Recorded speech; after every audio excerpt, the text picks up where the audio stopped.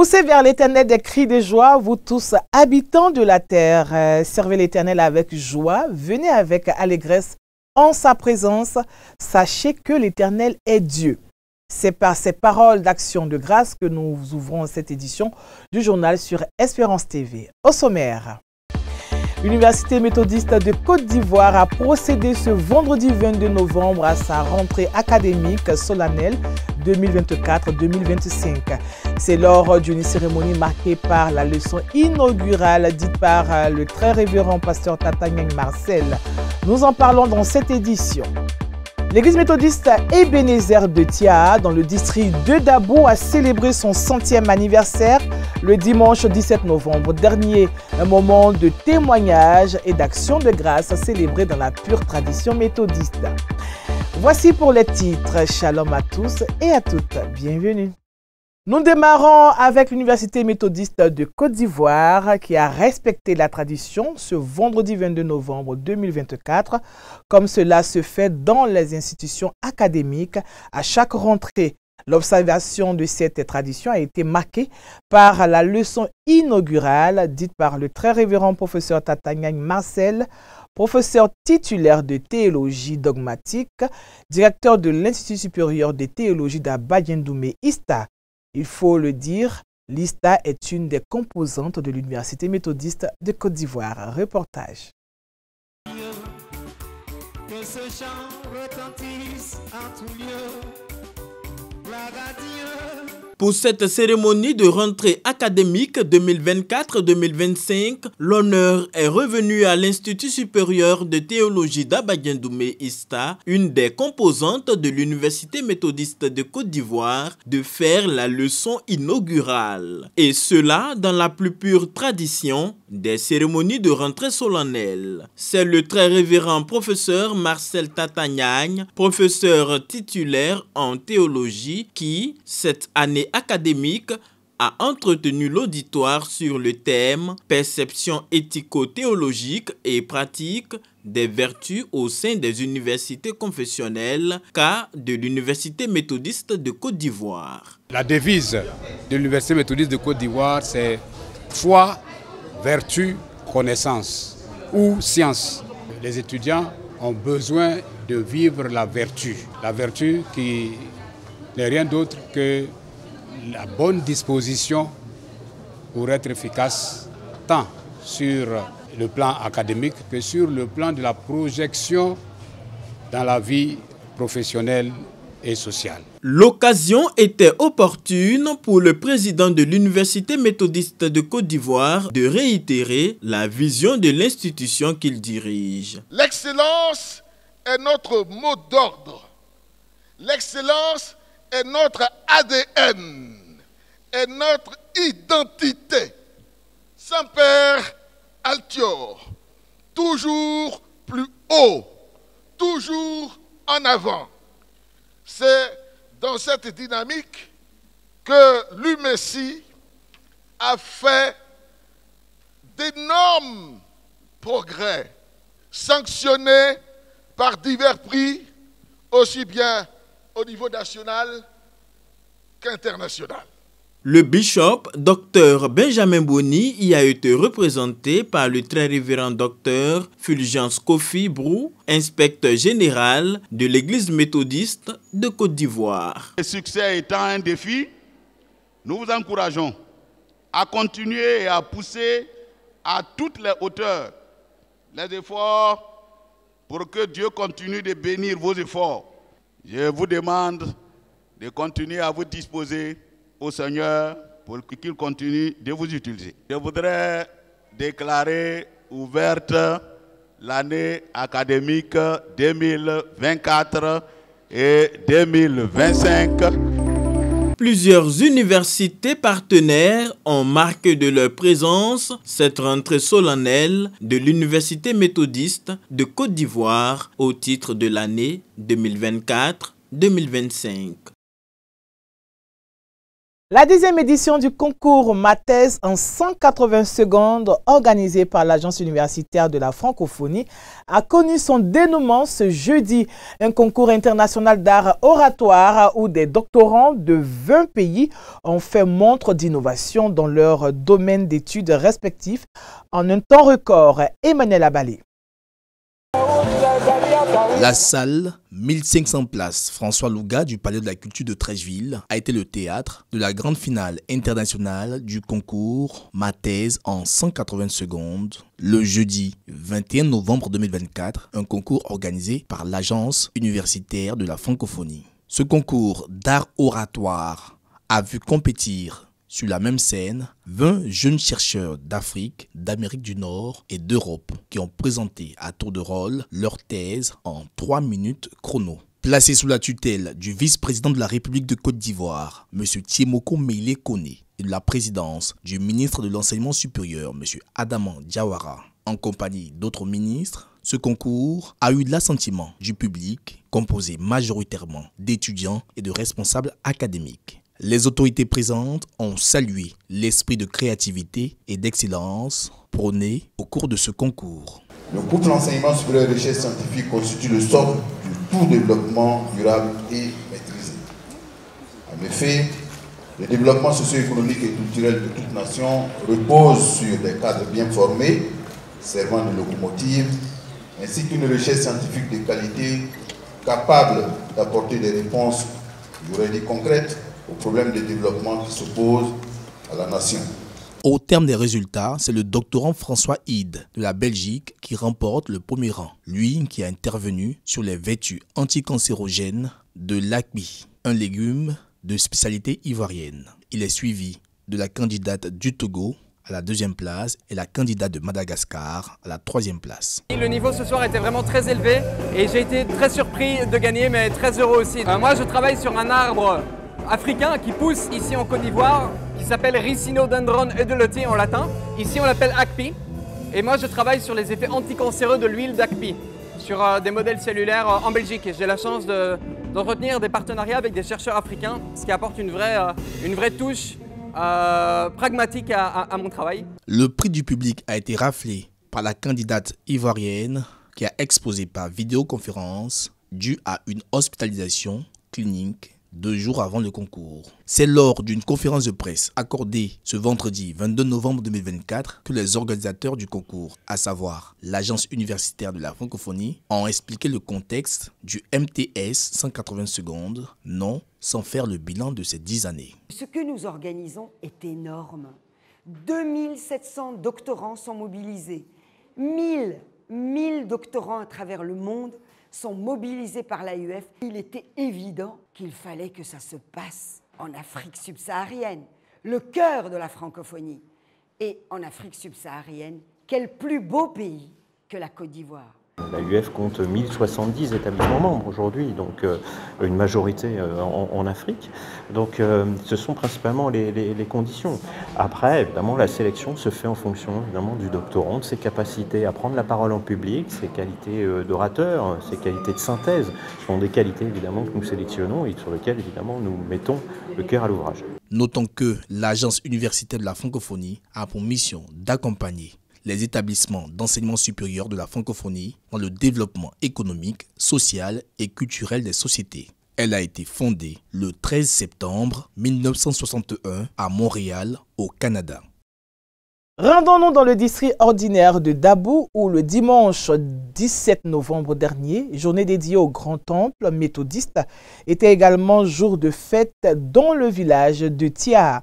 La raison, l'église méthodiste Ebenezer a célébré son 100e anniversaire en présence des filles et fils de ce village.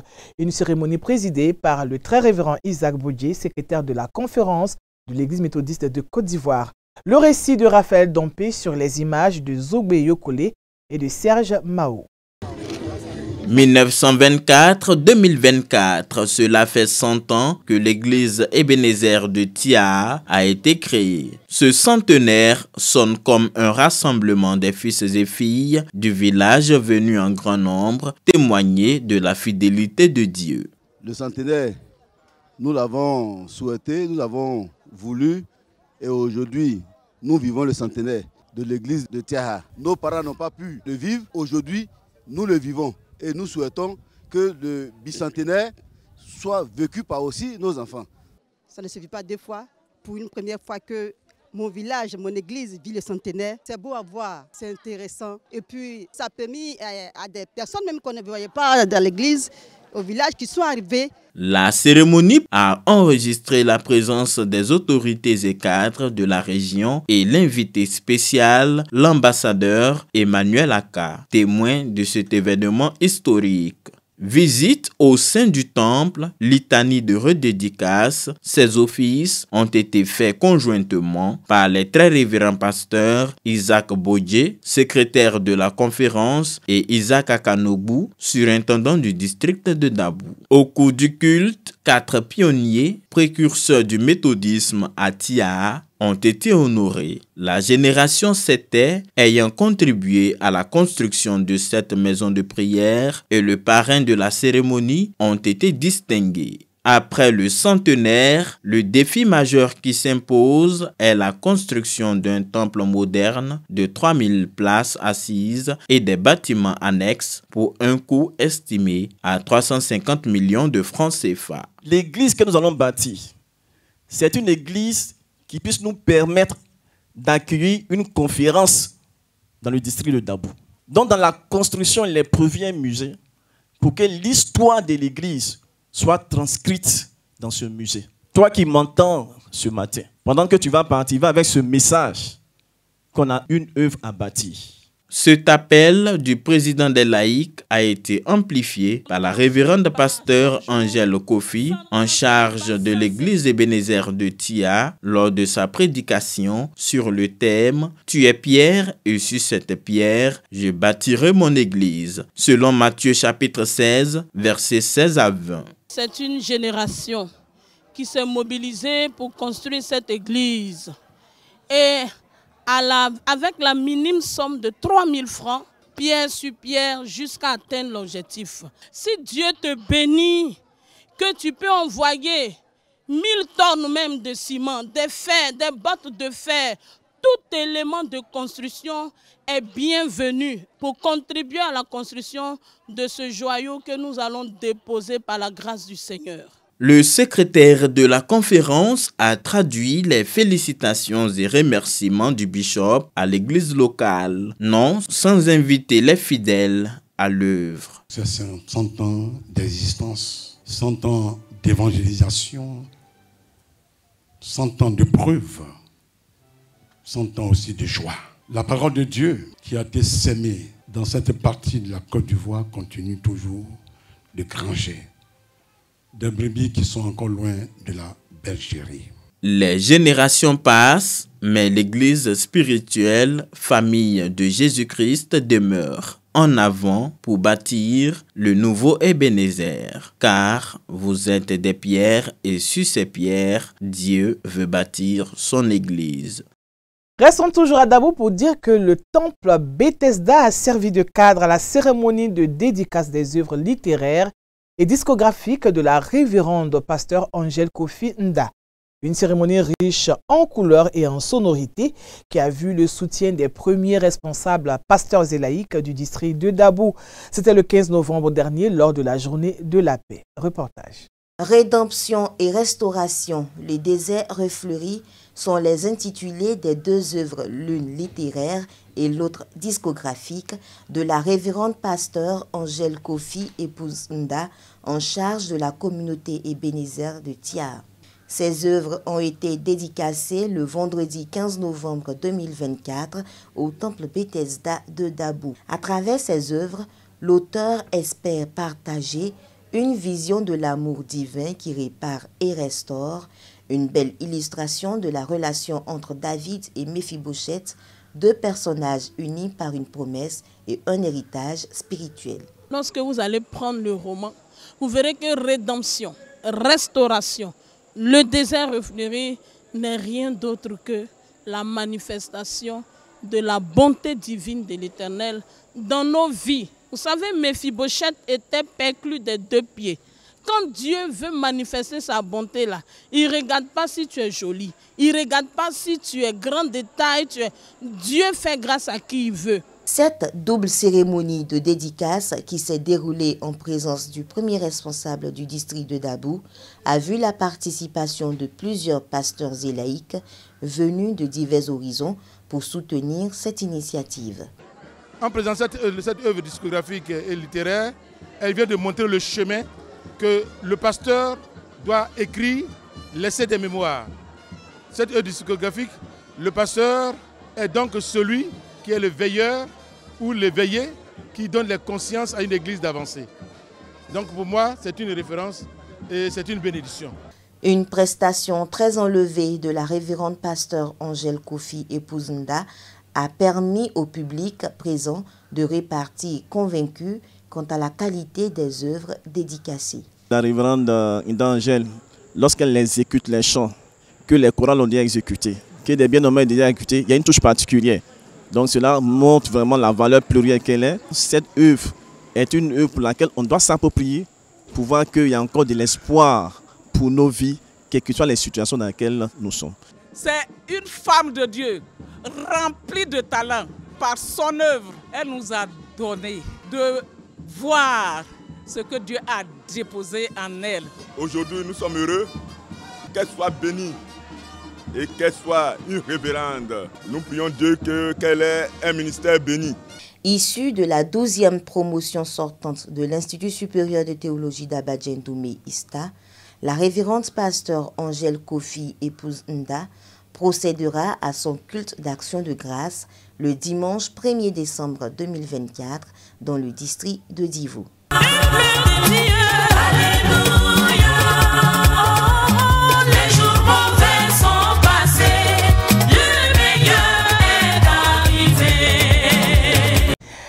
Parlons action sociale. L'Institut supérieur de théologie d'Abadjen-Doumé ISTA est bénéficiaire de dons de produits alimentaires de la part du groupe Gédéon. Une action qui vise à soutenir les pensionnaires de cet établissement, nous dit Esther Palé. Dans le cadre de ces activités, le groupe Gédéon s'est rendu du côté de l'Institut supérieur de théologie d'Abadjen-Doumé pour une action sociale. Une initiative qui vise à apporter un soutien aux hommes de Dieu dans leur mission de servir le Seigneur. Ce don à l'ISTA, c'est le couronnement d'un programme d'activité du groupe Gédéon. Le groupe Gédéon, dans sa vision, a décidé de soutenir les veuves, les orphelins. Et cette année, nous avons pensé à nos hommes de Dieu, surtout ceux qui sont en formation. Et aujourd'hui, c'est la fin de nos activités de l'année 2024. Donc nous sommes venus à l'ISTA pour visiter nos étudiants pasteurs et faire un don. Essentiellement composé de produits alimentaires, notamment des boîtes de conserve, des sacs de riz, des packs d'eau. Ce don du groupe Gédéon a été bien reçu des étudiants pasteurs qui expriment leur gratitude. Ces dons-là viennent à point nommé, donc ça réjouit véritablement notre cœur. C'est donc que le groupe Gédéon vient de nous faire. Nous voulons lancer un appel à toutes les bonnes volontés qui voudraient eux aussi rentrer dans la grâce de Dieu en soutenant les étudiants pasteurs par leurs dons. Leurs dons en vivre comme en nature. Nous sommes en retour, nous aussi, nos prières les accompagnent et la grâce de Dieu aussi les accompagne. Occasion pour les responsables de cet institut de formation de prier et encourager ce genre d'initiative. Au nom de l'administration, ma joie est très grande pour ces dons que nous venons recevoir pour nous aider. C'est pourquoi nous voulons prier, nous voulons confier ce groupe au Dieu Tout-Puissant pour que lui-même puisse leur rendre ce qu'il vient de nous donner ici et pour la gloire de son nom. Nous voulons leur dire merci. Et nous la confions au bon soin de Jésus-Christ, l'agneau de Dieu qui ôte le péché du monde. Le groupe Gédéon est une association de chrétiens méthodistes, catholiques et aristes. Il œuvre à apporter son soutien à plusieurs structures et églises, comme le recommandent les Saintes Écritures. Il y a quelques années, l'Église méthodiste de Côte d'Ivoire lançait une initiative. Il s'agit de la caravane de la paix, lancée dans les 4 districts d'Abidjan pour maintenir un climat de paix et de cohésion sociale à la veille des élections de 2020. Retour sur le culte de lancement de la caravane de la paix au temple Galilée du plateau d'Okwi, et c'est dans la rubrique Flashback.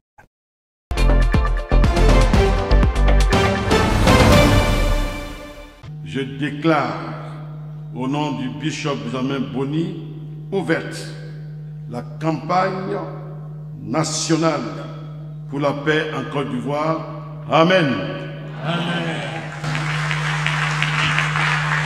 Le ton ainsi donné solennellement, la caravane dénommée Côte d'Ivoire reçoit ma paix pouvait s'ébranler à travers tout le pays. Elle a été initiée dans le district d'Abobo le samedi 12 septembre 2020 par une procession dans les rues de la commune. Au temple Galilée du plateau d'Okwi qui a abrité le culte de lancement de la caravane pour la paix, la prédication a été dite par le révérend pasteur Mathias Agnero, surintendant délégué du district de Songon. L'amour doit être appris et pratiqué dans le quotidien de notre vie. Il exige que nous nous soucions les uns des autres sans réserve et que nous placions les intérêts des autres avant les nôtres. Disons que la paix que nous sommes tous appelés à conclure doit avoir pour fondement l'amour sans hypocrisie, c'est-à-dire avoir le mal en horreur pour s'attacher fortement au bien. Et c'est maintenant qu'il nous faut maintenir fortement l'affection familiale et fraternelle les uns pour les autres en usant par honneur de prévenance réciproque. Louanges, prières d'intercession et remise de kits de sensibilisation à la paix aux 4 districts d'Abidjan que sont Abidjan Nord, Abidjan Sud, Yopougon et Abobo ont été les moments forts du culte officiel de lancement de la caravane Côte d'Ivoire reçoit ma paix. Puis, l'honneur est revenu au très révérend pasteur Isaac Boudjé, secrétaire de la conférence, de dire les raisons fondamentales de cette campagne pour la paix. L'Église méthodiste unie Côte d'Ivoire, depuis le mois de février, avait réfléchi à l'organisation d'une grande campagne en faveur de la paix, afin de créer les conditions d'un contexte sociopolitique sans conflit, indispensable pour la quiétude des populations vivant en Côte d'Ivoire. La campagne tant attendue aura bel et bien lieu jusqu'à la fin du mois de septembre, voire début octobre 2020. La campagne pour la paix est notre manière, la manière de l'Église méthodiste unie Côte d'Ivoire, de communiquer la paix tant recherchée à ses concitoyens, à tous les frères et sœurs qui vivent avec nous sur ce territoire national et à tous ceux qui sont à l'extérieur de notre nation. Cette caravane pour la paix et la réconciliation sillonnera les 25 districts que compte l'Église méthodiste unie Côte d'Ivoire.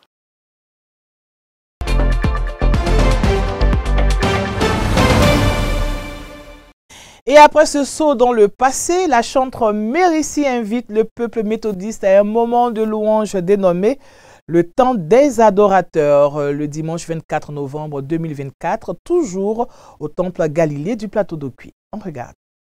Shalom. Shalom. Le temps des adorateurs, dernière saison pour l'année 2024, 24 novembre 2024, temple plateau d'Okwi. Galilée. Galilée, n'est-ce pas? Nous serons là-bas pour célébrer le Seigneur. C'est gratuit, l'entrée est libre. Donc je suis venue te dire de ne pas rester à la maison.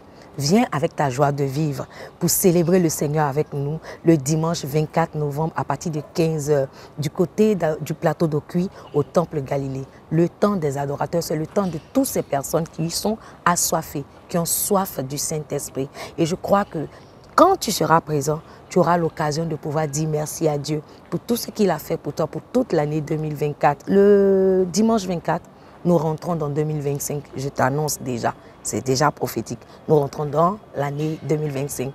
Tu peux dire quelque chose? Oui, nous voulons inviter tout le monde. Tout le monde est concerné, tout le corps du Christ. Même si tu ne pars pas à l'église, viens à ce rendez-vous divin, viens célébrer le Seigneur. Je suis déjà dans les couleurs du temps des adorateurs. Les t-shirts, les à 5 000. Pour les enfants, c'est 4 000. Donc, sur place, vous pouvez prendre votre t-shirt et venir célébrer le Seigneur. Ne viens pas seul, viens avec toute ta famille, viens avec tes amis, voilà, pour louer le Seigneur. On vous réserve une grande surprise, une très grande surprise avec le grand capitaine. Quand il n'y a plus d'espoir d'arriver à bon port, point. On se retrouve le dimanche. Et voilà, c'est la fin de ce temps d'information. Mais avant de nous quitter, retenons que l'actualité majeure de cette semaine reste le culte d'action de grâce et la dédicace des locaux de Espérance TV ce samedi 23 novembre 2024 au temple Jubilé de Cocody. Tout le corps de Christ est donc attendu massivement à ce culte qui sera retransmis en direct sur Espérance TV. Merci à vous de nous avoir suivis. Excellente fête à tous les méthodistes pour leur télévision. Que toute la gloire revienne à notre Dieu. Demeurons bénis. Shalom.